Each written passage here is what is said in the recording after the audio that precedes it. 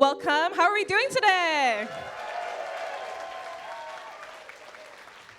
That sounds more like it, especially because you all took up all the chairs. We have a full house tonight, so let's make a round of applause for yourselves.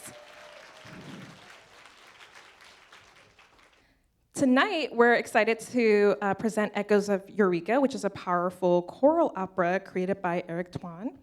This 30-minute work blends elements of opera, musical theater, into something intimate, accessible, and profoundly moving. So this opera tells a story rooted in history, and it's brought to life by 40 incredible young voices.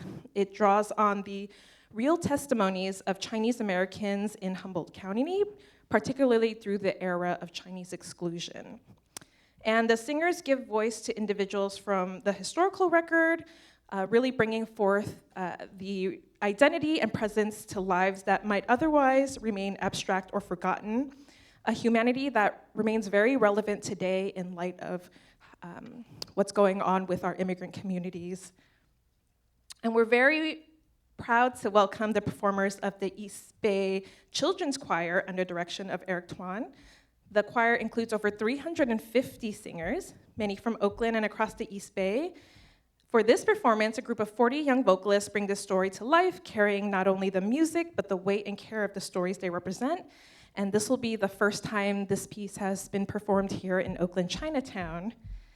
Eric, the choir's artistic director, grew up right here in Oakland and brings a deeply personal perspective to this work. He is of Chinese, Japanese, and Filipino heritage and is passionate about telling Asian American stories and illuminating communities that have often been overlooked. This piece really de-abstracts some of the history by centering real people, real voices, and lived experiences.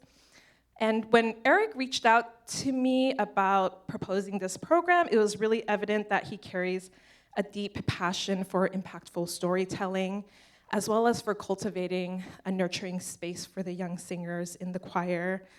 I recently found out the young people in the choir have a fan account on Instagram for Eric. So you can tell he is very loved.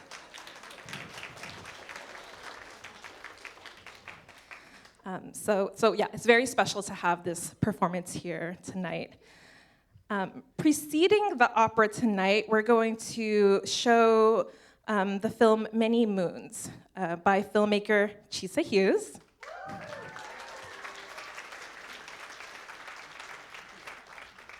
So Many Moons is a film that brings to light the story of Charlie Moon, who is remembered as the last known Chinese resident of Humboldt County following the era of expulsion. So his story is one that is told in tonight's opera.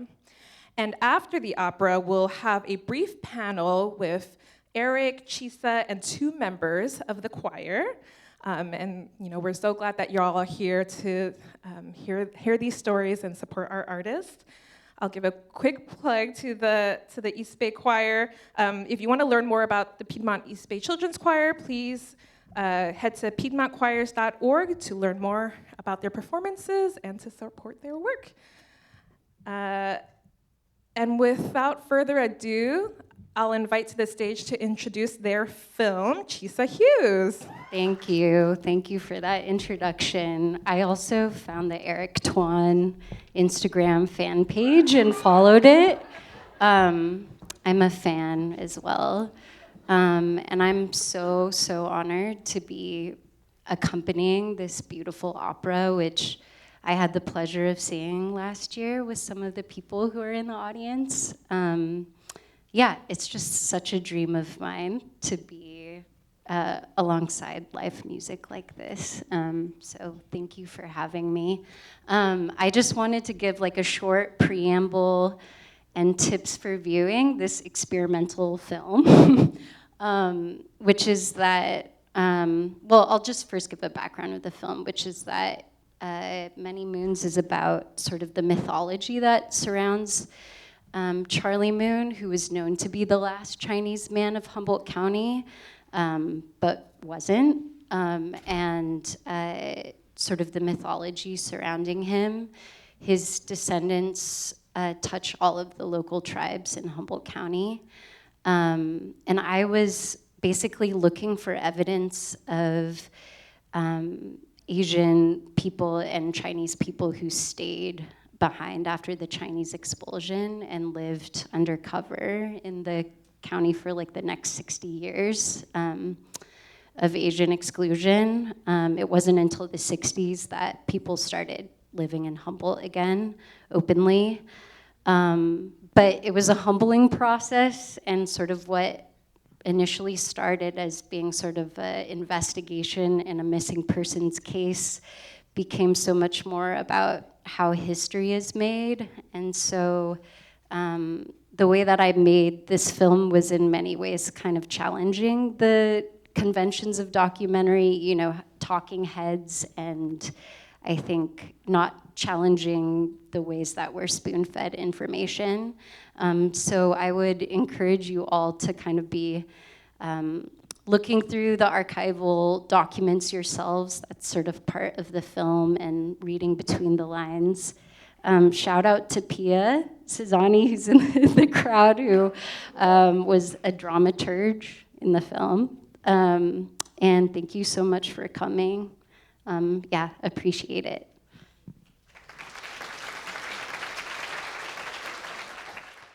I had the great privilege of being hosted by Chisa and their family during one of my first research trips to Eureka to write this piece. And there are so many wonderful connections between the film and the opera that you will experience. So I want to encourage you to think and hear about those. Daryl Chin, who was one of the folks featured in the film, wrote the words for one of the movements of the opera, Does the Land Forget? So you'll hear his words. And the descendants of Charlie Moon, we had the opportunity to sing for them when we toured with the opera to Humboldt County last year. So it's very special to get to experience this resonance of storytelling together. And ensemble, you can get ready to go as I speak. So a little background about the opera. As you've heard already, in 1885, Eureka hosted one of the largest communities of Chinese immigrants in California. And on February 7th, 1885, that date marked that you saw in the film, the entire Chinese community was driven from their homes by an angry mob. All 300 members that we know about, although of course many folks did not go, as you heard, were deported by steamship to San Francisco, where they joined the community in San Francisco Chinatown and filed the first reparations lawsuit in US history. No people of Asian descent were officially allowed back into Humboldt County until 1959, when it was taken out of the city charter.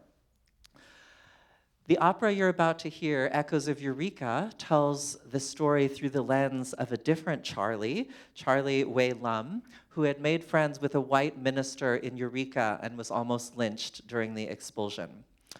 So the opera tells the story through two different lenses. On the first, the opera is a work of history. So all the people featured throughout are real historical figures. They're brought to life through the wonderful work of historians in Humboldt County. Some of their names are still on buildings in Eureka and San Francisco and throughout the state. But Echoes of Eureka is also a work of myth, not just of history. It tells a story that is old, but that's also timeless. The anti-immigrant rhetoric and the mass deportations and the fight for dignity you'll hear about in the opera are woven once again into our headlines and to our stories. So at the end of the piece, you'll hear the final words. This is an old story, but it is your story too. When you carry it away into the world, who will you be? So we're going to leave you with that question tonight. If you'd like to learn more or follow along with the lyrics as we sing, I invite you to scan the QR code on the postcard that was handed out in the lobby. That has a full digital program with more information about our partners and all of the lyrics. So Echoes of Eureka.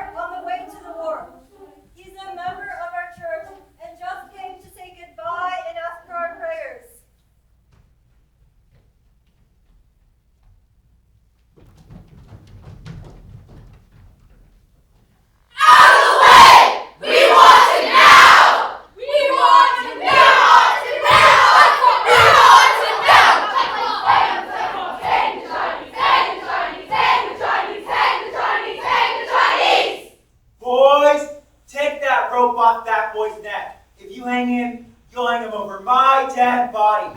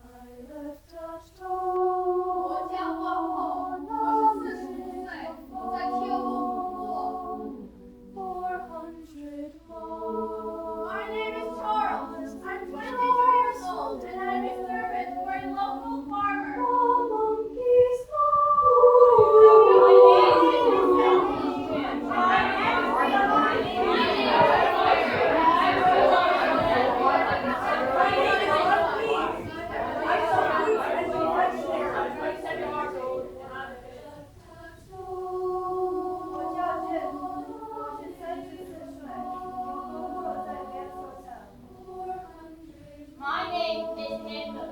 I'm 29 years old and I'm a fisherman. My name is Tom Singh. I run a washing and ironing business on the corner of 10th Street and E Street. My name is Ah Chung. I'm 31 years old, and I'm the cook at a hotel.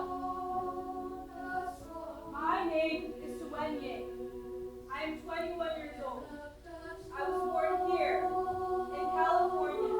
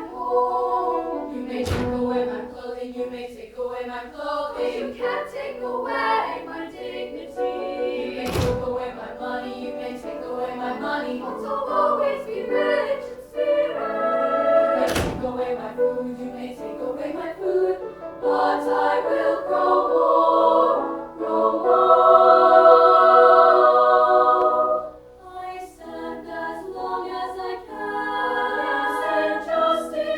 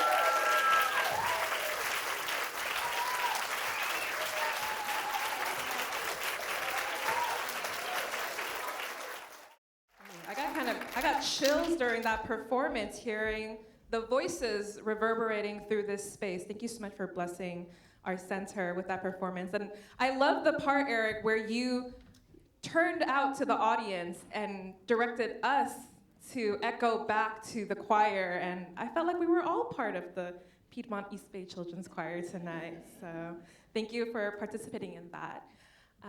So we've had the performance, and we'd love to just do a quick talk back to hear a little bit more and reflect on this powerful history and all of the research that has been. So I'd like to now invite our esteemed panelists to come up to the stage. So we'll have Chisato Hughes come back up on stage, our filmmaker. We'll have Eric Tuan, the artistic director of the Piedmont East Bay Children's Choir. And then we'll have two of our lovely singers, Georgia and Sophie. Let's give them a warm round of applause.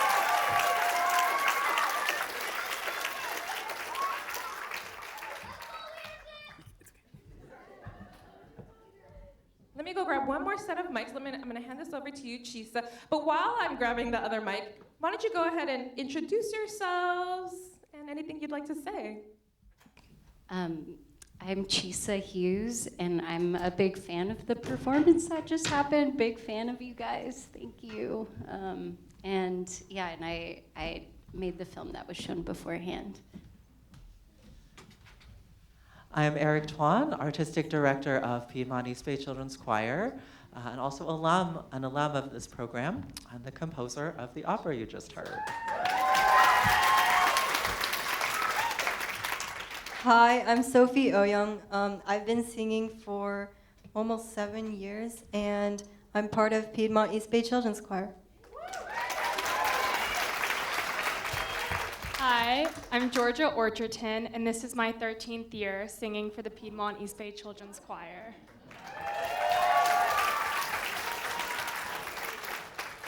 Thank you all so much for joining us tonight. And we will have a portion of the program at the end for audience Q&A. So if you have any questions, we'll bring a mic around. So think of any questions that might come up. But to start off, I wanted to ask Chisa a little bit about the research. And also, Eric, too, you mentioned you also did some research in Humboldt County. So I'm curious for you both, what surprised you the most in your research process? What information did you find that you didn't know beforehand? Well, I actually had not known about the expulsion growing up in Humboldt, and I first heard about it when I was doing a short film about mushroom foraging, and a Eureka forager said, there are people like you on the reservation, and they're called the Moons. And I think by like you, he meant mixed Asian heritage, but it really meant that all information was new information to me. I think something that was rewarding was that you can really just do research on your own and follow your interests, and people are, I think despite the fraught history of Humboldt, people were really so welcoming and welcomed me into their homes and shared food with me and are still friends. So I think that was a blessing. And I'm so curious about your research, Eric. Yeah. Sure. You know, my research started with a book by a historian named Jeannie Feltzer, and I saw a lot of pictures of that book in the film, or text or pictures from it. So I read this about 10 years ago, and it describes the pogroms, the anti-Chinese pogroms that happened not only in Humboldt County, but all throughout California. And this was a huge surprise to me. Not only had they happened in places like San Jose and Antioch and places around the Bay Area, but I was surprised at how many of these took place in rural communities, because I had always thought of Asian American communities in California as being an urban phenomenon. And just thinking about it for a little bit illustrates that can't possibly be true, because people came to work on, during the gold rush, mining, businesses, right? All of these things that are all throughout California. So I thought, where have all the Asian Americans? Why have so many of us ended up in urban areas? And it was just such a fascinating journey into this history and to discover this process of expulsion that Jean Feltzer writes so eloquently about. And one of the other things that really surprised me was, as Chisa mentioned, just the warmth and hospitality with which people welcomed me into their homes, including your own. It was so, I had never been to Humboldt County, and just, to break bread and to speak with people, to work with historians and community members who were so generous with their time and their research and their knowledge, not only through books and records, but also through stories. It was really impactful. Thank you. I think it's so interesting to see the connection between the Bay Area in this story, right? The connection to San Francisco and the deportations, and just how Eureka, this history is often not known by those of us who live in, like you said, like an enclave here in Oakland. What was the experience like? You all have performed this piece in Humboldt County and shown the film. I'm curious, what was that interaction like? What was the reception? And how was this piece received by that community? Maybe I'll turn it over to Georgia and Sophie for this question, because we went on a 3-day tour to Humboldt County last May, and we had the chance to give 3 performances and actually meet some of the folks in the film and descendants of the expulsion.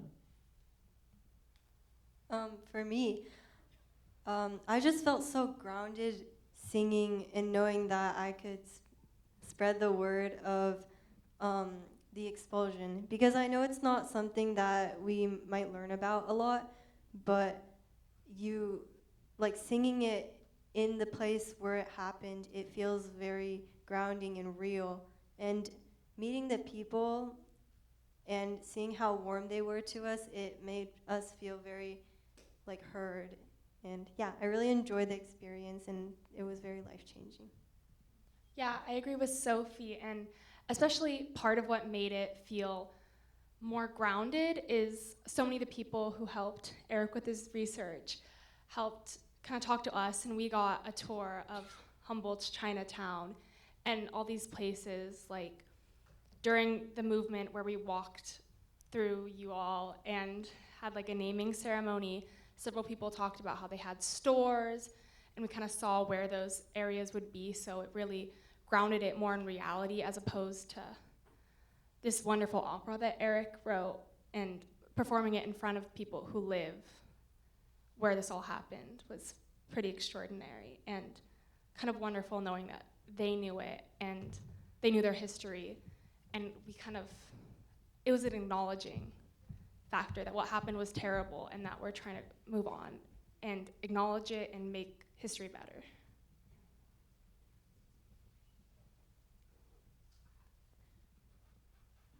Thanks for sharing. And I think it was that naming ceremony in particular really humanized a lot of the stories that are often told. And in your film, Chisa, one of the interviewees said something like, you know how history is made, right? You know how history is told, right? And so to hear all of those names and the stories come forth of these, based on the documents was really powerful in how we humanize immigrants, how we humanize these communities. How has this piece, echoed differently given the current climate that we're in, given the way the discourse has been around immigration and politics, and how immigrant communities have been under attack? How has this echoed differently?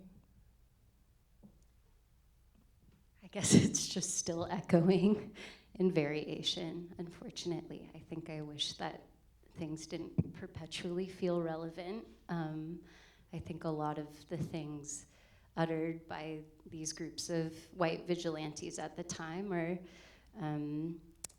very familiar, and I think there's so much that I've learned around property regimes and land dispossession that lives on today in very real ways, not to mention anti-immigrant rhetoric, and sort of like thinking about all of us as historical actors. So yes, it continues to be relevant. And yeah, Echoes of Eureka, that name definitely continues to be relevant. I'm so glad I ended up choosing this title because I really struggled with what to call the piece. And the echoes piece both happens literally in the music. There's a lot of echoing and canon. But the message and the history is just continuing. Last summer, we were performing this piece in Finland with a choir called Vox Aurea, which was our partner choir. Their choreographer did all of the movement that you saw. So this has actually been an international collaboration as well as a deeply local one. And the Supreme Court always releases their decisions while we're on tour. So that has become an interesting part of our tour experience every year, especially because the singers don't have devices. We're a screen-free zone on tour, so we sort of learn about it and share it onwards. So last summer, there was a Supreme Court decision there was an executive order trying to get rid of birthright citizenship that had been on hold, and the Supreme Court vacated the stay, basically. They didn't rule on the case, but they said it's okay for this order banning birthright citizenship to go ahead on these grounds. It was immediately blocked again, which is why we're still here with it as a fundamental right. But we found out about this right before we went on stage to perform this piece.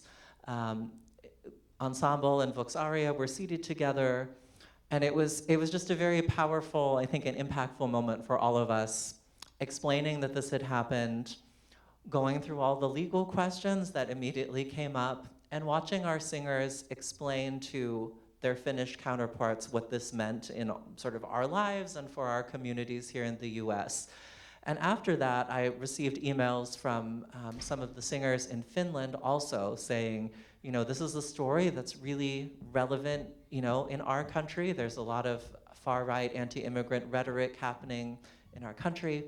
I had wondered if this piece would read in Finland in the same way it reads here, and it absolutely did. We had folks of Chinese descent in Finland coming up, crying to us after a concert, and it was just reminded us that this is such a universal story.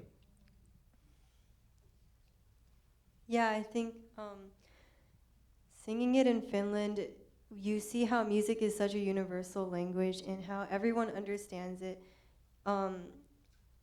Singing alongside their choir, everyone was in tears, and we all felt the story in our hearts. Even though we might have spoken different languages, lived in different cultures, we all felt the expulsion, we all felt the racism and discrimination that Charlie Wei and the other Chinese people faced in Eureka. Yeah, ultimately, because it's so hard that all this history is still echoing today, it really, especially in Finland, we felt it, how important it is that we're telling this story and that we have methods like all these arts to help change the world. And we just want to use it right.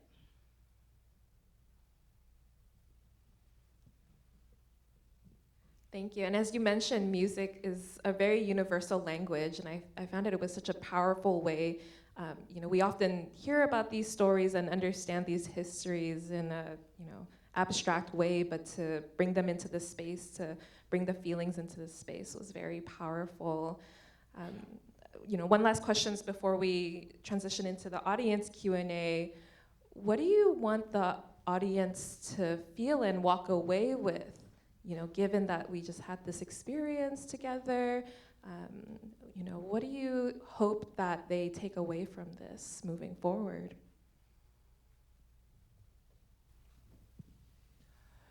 It's really cathartic and special to share an artwork all together.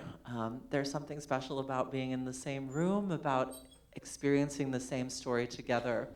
And I hope when we carry it out into the world, this reminder that your voice as an individual really matters and that you can make a positive change in the world. It can feel hopeless or difficult with everything that's going on in the world right now. But when you see that in the opera, when Charlie Wei is about to be lynched, and the historical record says, hundreds of people were there, no one said anything, and this is what the minister felt so deeply. And one person stood up and said, no, this is wrong. And their voice was actually able to cow all of these hundreds of people who had gathered to kill this person, to change their mind, to walk away, to do something different. So just one stone placed in the stream can change the current, and one person's actions can make a difference.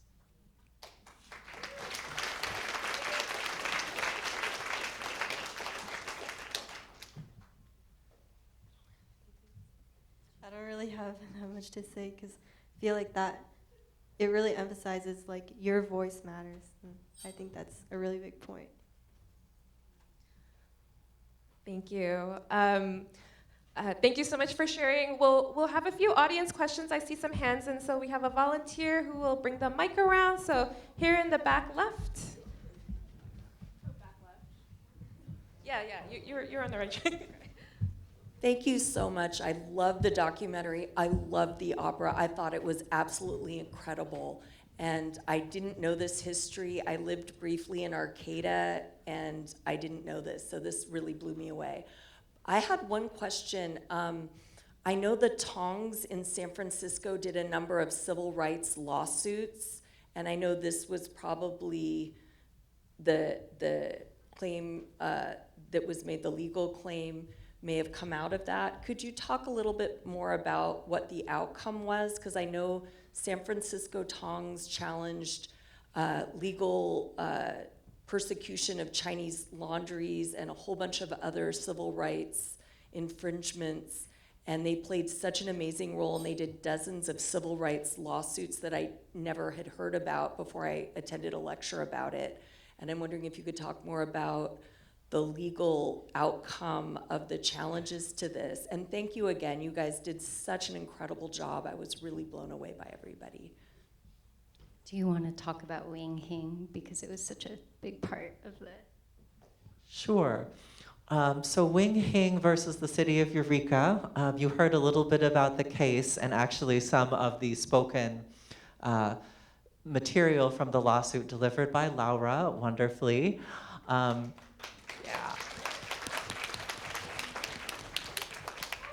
Laura has done an amazing job of learning and memorizing a lot of legalese, which was terrific.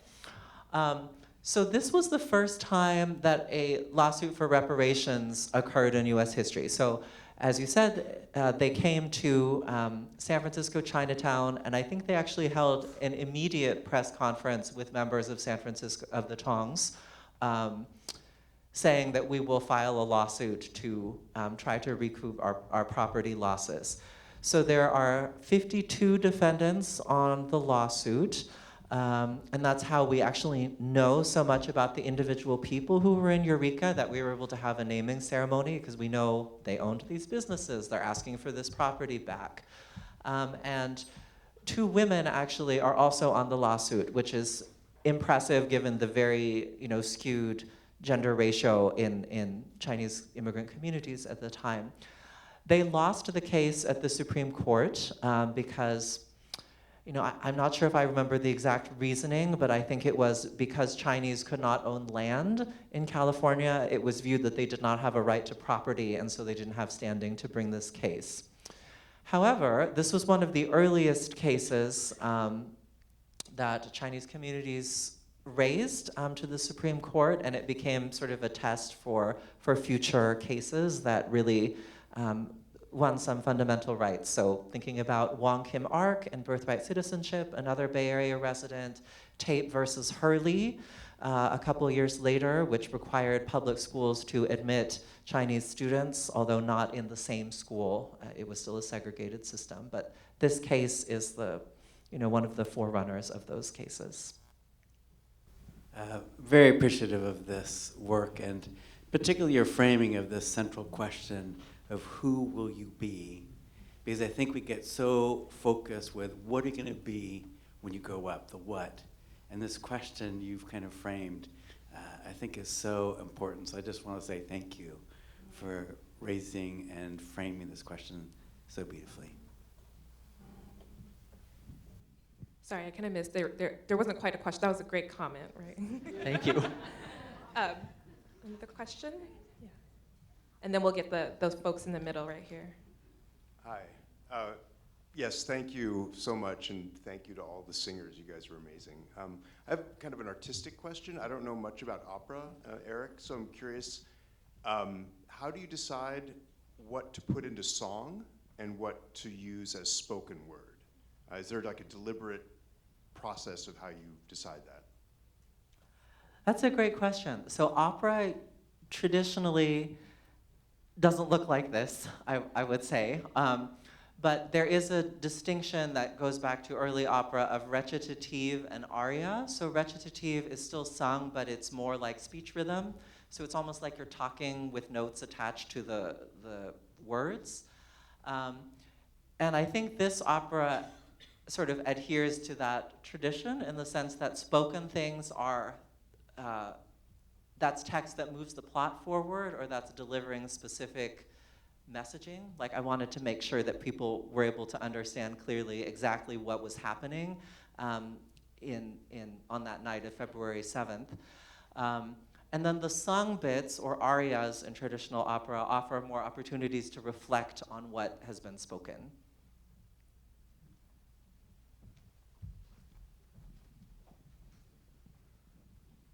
I have two questions, actually, and maybe one of them is a comment. The comment is the similarities that I saw between what happened in Eureka and Tulsa, Oklahoma, and Black Wall Street, and the expulsion and murder of so many African Americans in that setting.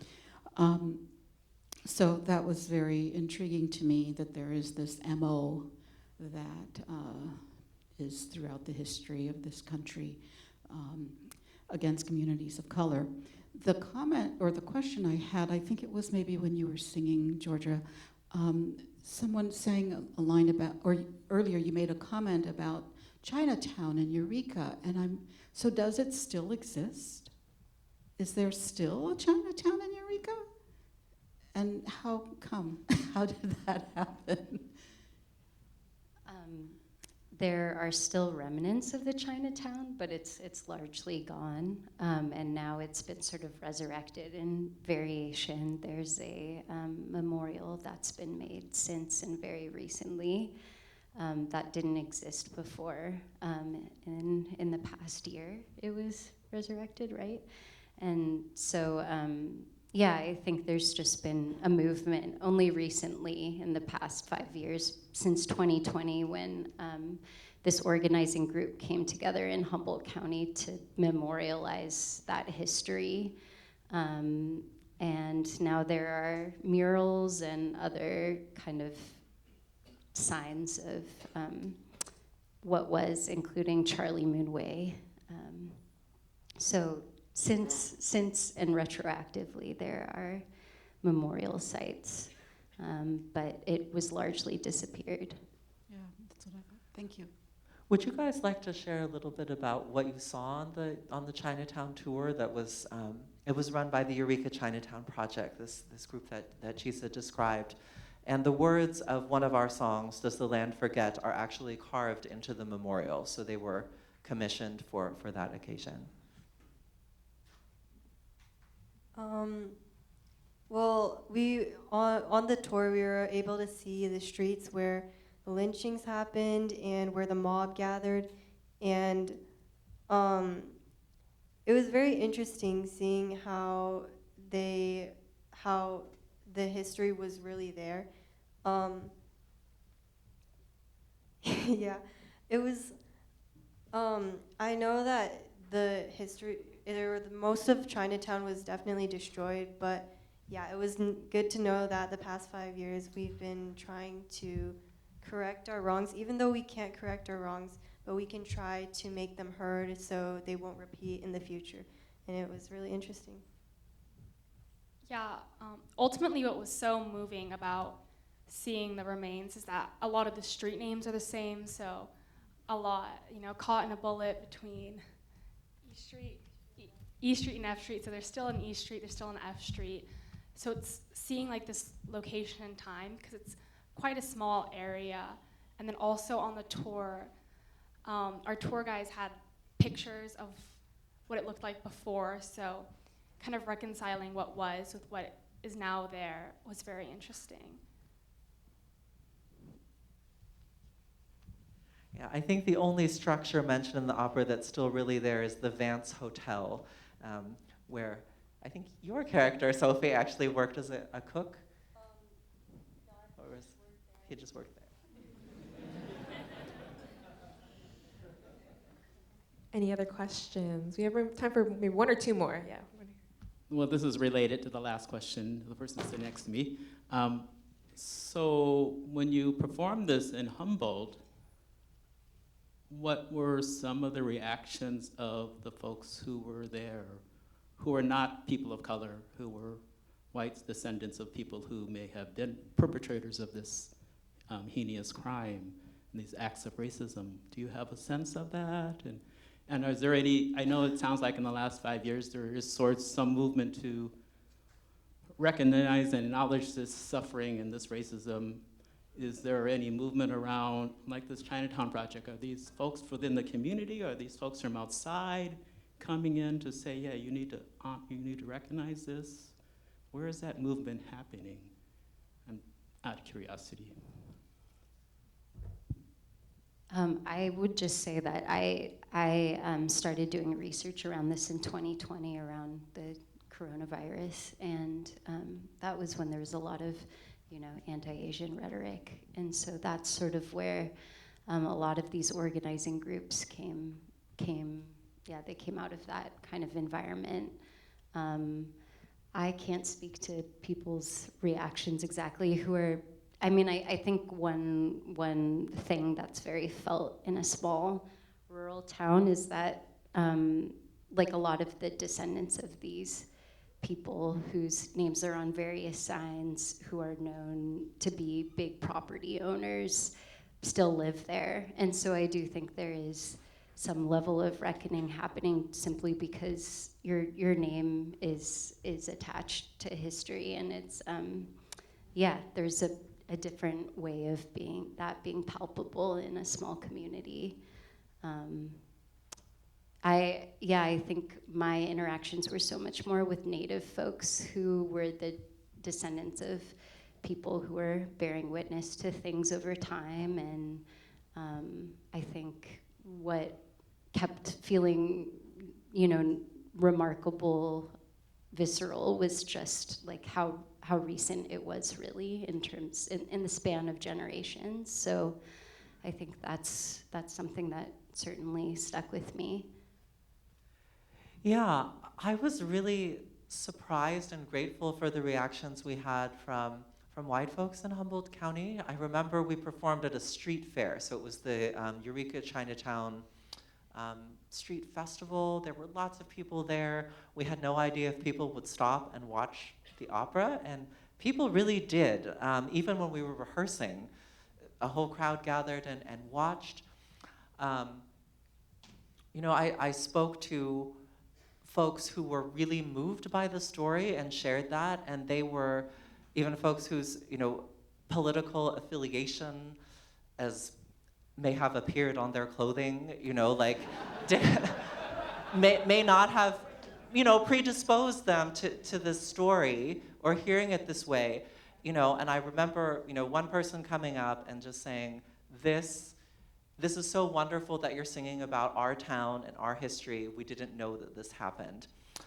So we had that reaction. Some of the Moon descendants were also at this and really enjoyed hearing it.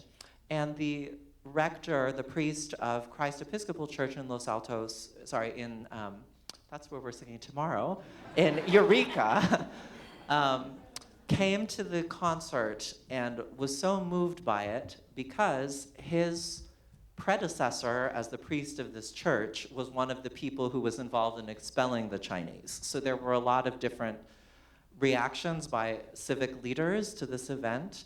And they, I think, had been doing some, they had been hosting Humboldt Asians and Pacific Islanders in Solidarity, which is an AAPI community group in Eureka, at the church. But this has now spurred them to do some further research and reckoning in their community. And they're hosting our partner choir, Vox Aurea from Finland, to do more performances of the opera. So they were very interested in how this history connected literally with their community.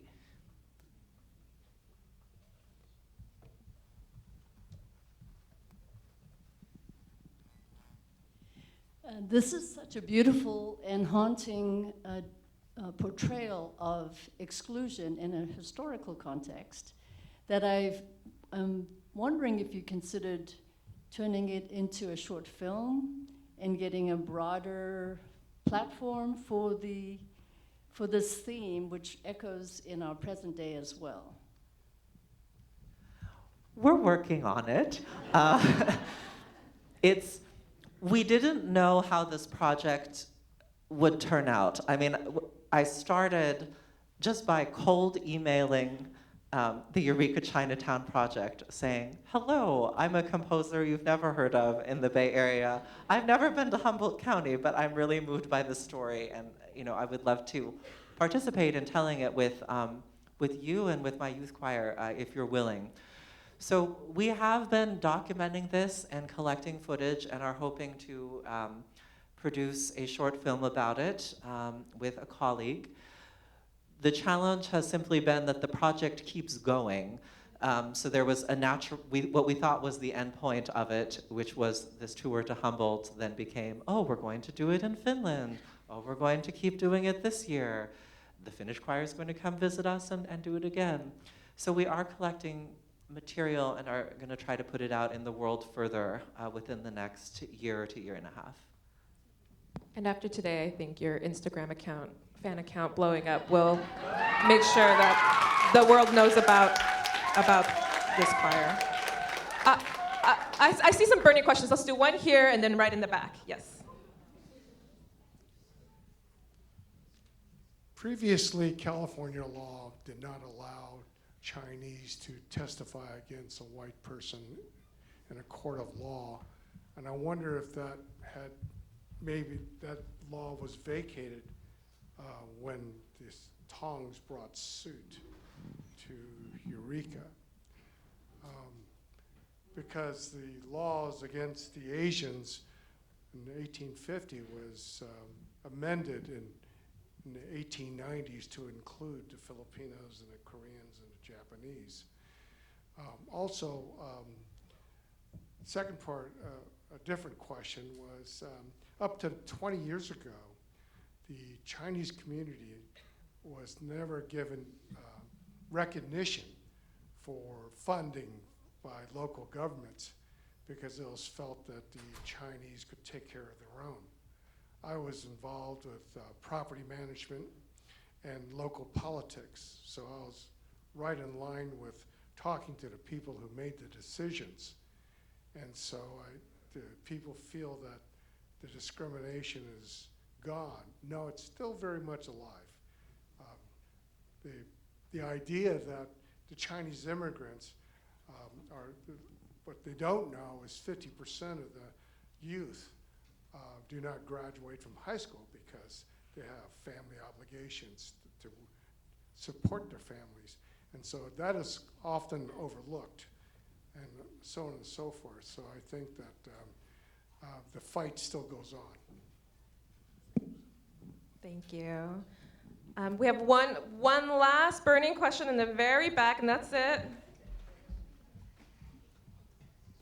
My question is for Eric. It's kind of related to the question about making this into a documentary film or something. But I was wondering if, I know that this piece was commissioned for Oakland Piedmont Children's Choir. Do you have any plans, or is it already in plans to possibly publish the music? And if you have any plans to, if that is so, to arrange it for perhaps other forms of groups like SATB or what have you? Absolutely. We're finishing another set of performances in the coming months. So we'll do another one in Oakland in June at our tour concert before we go on tour, and then one more at our Golden Gate International Choral Festival in July. After that point, I will put the music on my website and put it up for other performances. And I'm certainly open to doing an SATB arrangement so that mixed choirs can perform this as well. All right, and I have been singing along to some of the songs in the shower. Why should I leave? It's really good. So we look forward to hearing that on Spotify. Thank you so much, everyone, for being part of this event. As Eric mentioned, they will be back for the Golden Gate International Choral Festival on July 14th, right here at OACC. Is that correct? That's right. So if you would love to hear more performances like this, we're hosting 10 amazing youth choirs from around the world from July 13th to 18th.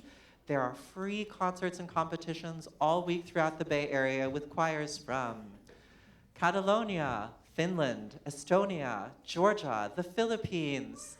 Help me out, guys. What else? Czech Republic. We got Spain. Many places. Austria, Poland. But one of those concerts will be right here. Our featured guest choir is Young Voices of the Philippines, an incredible choir. So if you'd like to come to any of those concerts, you can find about them on our website, piedmontchoirs.org, and you can just go to the Golden Gate Festival tab. They'll be here on Tuesday, July 14th at 7 p.m. for a free concert, as well as our opening and closing concerts on July 13th and July 18th.